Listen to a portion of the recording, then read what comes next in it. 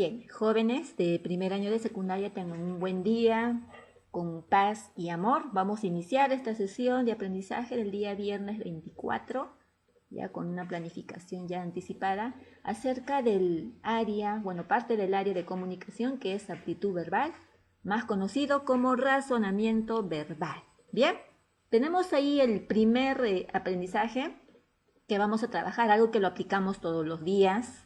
Entonces tenemos que darle la relevancia, la importancia a lo que es el significado en el contexto. Decimos contexto porque nos comunicamos diariamente. Escribimos oraciones, escribimos textos, trabajamos discursos, etc.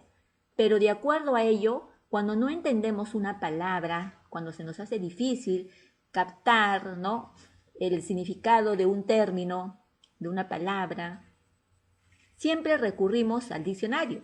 En este caso, este tema, el significado en el contexto, nos va a permitir que nosotros podamos derivar un significado de acuerdo a lo que tenemos en la oración. Ya, no es necesario que recurramos siempre a un diccionario. A veces el mismo texto nos da el significado de la palabra. Entonces tenemos que tener cuidado en ello. El tema que vamos a ver el día de hoy es el significado en contexto. Ahí tenemos las preguntas, ustedes lo tienen en su material de trabajo y en el material virtual que les he enviado. Nos dice, ¿qué significan las palabras destacadas? Ahí tenemos la imagen, ¿no? ¿Qué otras palabras les podrían reemplazar?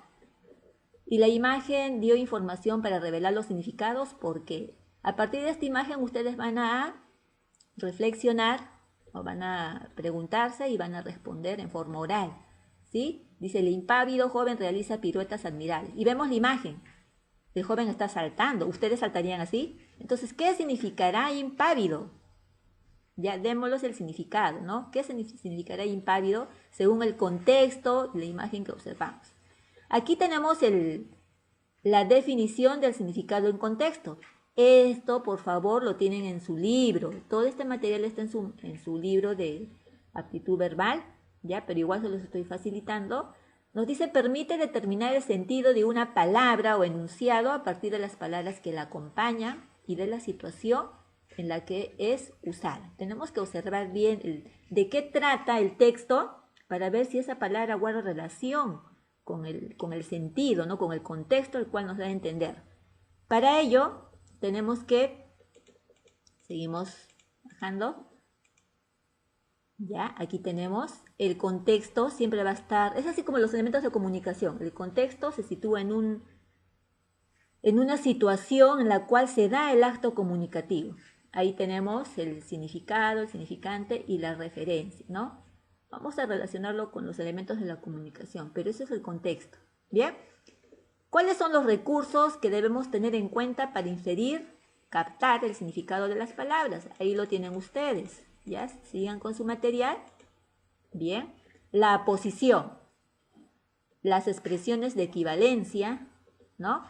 La aposición, las expresiones de equivalencia y las relaciones de inclusión. Vamos a ir de una forma rápida con la primera. ¿A qué se refiere la aposición? Ustedes ya lo han visto seguramente cuando han llegado al tipo de coma, las clases de coma, la coma de aposición. Hay expresiones que nos hace referencia a la palabra de cual hablamos. Les doy un ejemplo. Si yo digo la ciudad heroica, ¿quién es? Ustedes me dirán Tacna, profesora. Exacto, Tacna. Si digo la ciudad blanca, Arequipa, muy bien. Si digo la ciudad de la eterna primavera, ¿a quién nos referimos? ¿A quién hace referencia? Pues a Trujillo. Si decimos el ombligo del mundo, la ciudad de los reyes, el brujo de los Andes, el centauro de las Vilcas, el único satélite de la Tierra, la ciudad luz, la capital folclórica del Perú, el caballero de los mares, el poeta metafísico. ¿Se dan cuenta? Miren cuántas expresiones nos da ya la referencia, la palabra es hasta a quién nos estamos refiriendo, ¿no? Entonces vean ustedes esas situaciones. A eso se refiere la posición. Comúnmente lo reconocemos porque va entre comas. Bien, así que en su material tienen el ejemplo, aquí en el libro también tienen el ejemplo.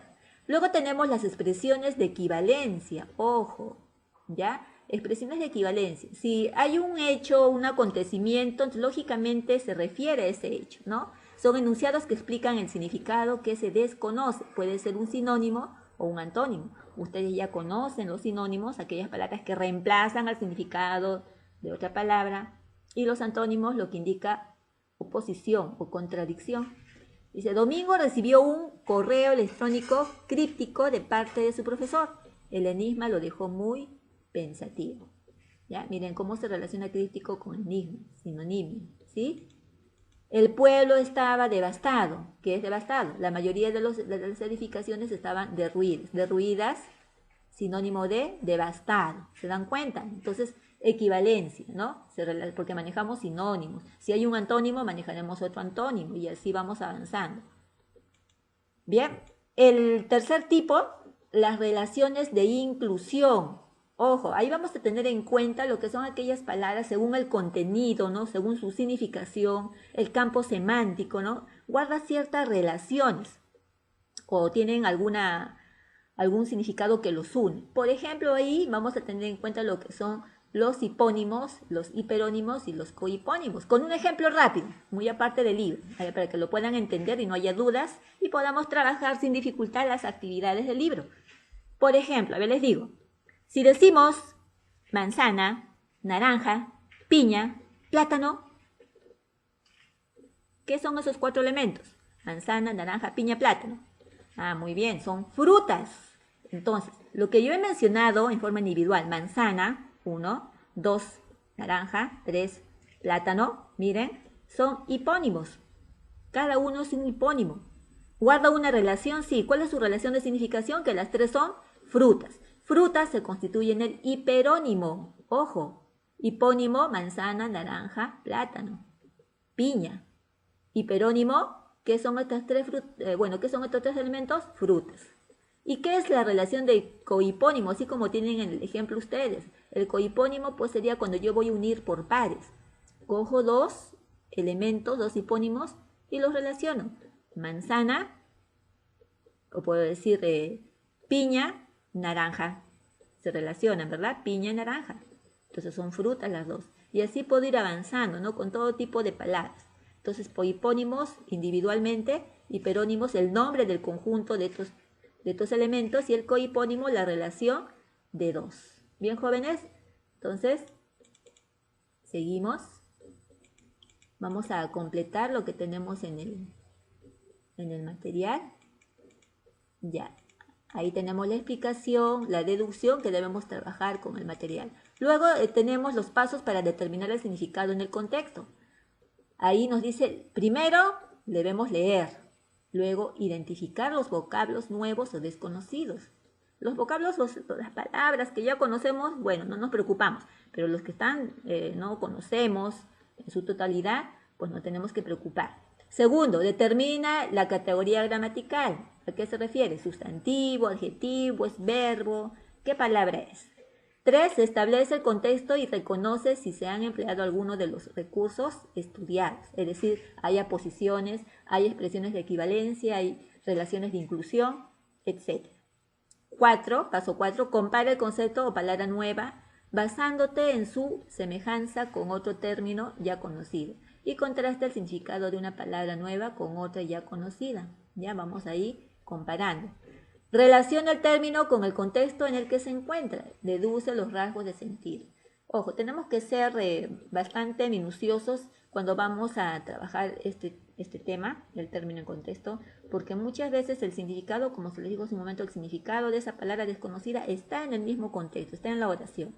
Yo me tengo que dar cuenta en la palabra que está antes, después cómo comenzó el texto, incluso el título me ayuda bastante. ¿Sí? Bien. Entonces, jóvenes, vamos a pasar a las actividades. Una breve explicación, porque ustedes lo van a trabajar, van a ver este video, este cortito, van a escuchar muy bien la indicación con su material en mano y trabajamos las actividades que también estén en el material virtual. Ojo, explicamos en forma rápida para que ustedes puedan trabajar. Es una sesión de 90 minutos. Seguimos. Nivel básico, identifico y escribo el significado de la palabra destacada, ¿ya? En cada contexto. A ver, observe bien aquí. Leyó la carta que le envió su amigo. La palabra en negrita es la palabra que vamos a tomar en cuenta según el contexto. ¿Qué significado tiene? Ahí entramos a precisión léxica, ojo. ¿Qué significado tiene la palabra carta según este contexto? Leyó la carta que le envió su amigo. La carta, ¿qué es una carta? Cuando se envía información de una persona a otra, ya, simplemente aquí tienen que colocar el documento, ¿no? Documento, misiva, etc. Esa es la carta. Ese significado tiene carta en esta oración. En la letra B, el mozo trajo la carta para que haga su pedido. Si habla de un mozo, ¿dónde hay mozos? Ya, muy bien. Ya tenemos el contexto. ¿Dónde hay mozos? ¿A qué se refiere esta carta? Entonces, cambie el significado. Así como hemos dicho acá, carta, misiva o documento, carta a qué se referirá aquí. Le cambiamos el nombre según su contexto. C. Ganó el juego por tener el as como carta. Esta carta se refiere igual que al segundo, que al primero. Carta. Cambiamos aquí el nombre de carta según el contexto. Donde ya, cuando hablamos de juego, ¿a qué se refiere cartas? Bien, y así avanzamos con la D y con la E. Tengamos en cuenta mucho cuidado con el contexto de cada oración. En la D, el magistrado juramentará frente a la Carta Magna. Carta Magna. Y ahí entramos al área de desarrollo personal, ciudadanía y cívica, o bueno, en este caso, ¿no? Formación cívica y ciudadana. ¿A qué se refiere Carta Magna? ¿Dónde están las leyes, las normas que rigen al Perú? Simplemente le cambio de nombre. Bien, en el número 2 reconoce y escribe la posición que determina el significado contextual de la expresión subrayada. José Carlos Mariátegui. ¿Ya? Tengo que darle una posición, una expresión entre comas. Escribió ensayos sobre el Perú. ¿Quién fue José Carlos Mariátegui? ¿Qué es lo que escribió? ¿Qué tipo de textos? ¿Ya? Entonces, de acuerdo a ello. La próxima semana viajaremos al Cusco. Hace un momento hemos dicho Cusco. ¿Cómo le llamamos a Cusco? Lo completamos aquí. Mario Vargas Llosa. ¿Quién fue? O quién es, perdón, porque lo tenemos todavía. La esquizofrenia, igualmente, como que se la conoce, la posición. Trujillo, también lo dijimos hace un momento, tenemos que colocar su aposición. Pasemos al nivel intermedio, analizo el texto, marco la alternativa con el significado en el contexto de las palabras destacadas. Ahí tenemos las palabras, ¿ya? Rompió, racimos. ¿Cuál es el contexto que tienen estas palabras según lo que tenemos aquí, ya en este discurso escrito? Entonces vamos a marcar la alternativa que se asocia al significado de estas palabras resaltadas. ¿Seguimos? Vamos a pasar entonces al número 4. Identifica y escribe los recursos con los que puedes inferir el significado de las palabras destacadas. Ya ahí tenemos. Lee el libro de Conde de Lemos, seudónimo del escritor peruano Abraham Valelomar. ¿Qué es lo que colocamos aquí? ¿Ya? Me dice, identifica y escribe los recursos con lo que puede inferir el significado de las palabras destacadas. ¿Cuál será ese recurso? El zorro, es el canino que vive aproximadamente 7 años. Igualmente aquí tenemos que completar. Es una persona pródiga, es decir, malgasta su dinero. Y así, vamos completando aquí. Identificamos los recursos con los que puedes inferir el significado de las palabras destacadas. Aquí, ¿qué palabra me ayuda? Pues un autor, ¿ya? Prácticamente es un autor porque habla de obra. Aquí el zorro es un canino que me habla de género, del género, ¿verdad? Y así vamos avanzando. Aquí será un sinónimo, malgasta su dinero, ¿a qué se llama? Pródigo, ya, puede ser. Seguimos. Entramos al nivel avanzado. Y este nivel avanzado lo vamos a trabajar como un refuerzo, que ya están las indicaciones en el material. Bien, el número 5, 6, 7 y el número 8. Bien, jóvenes. Así que iniciamos este trabajo con esta sesión del día de hoy. Gracias.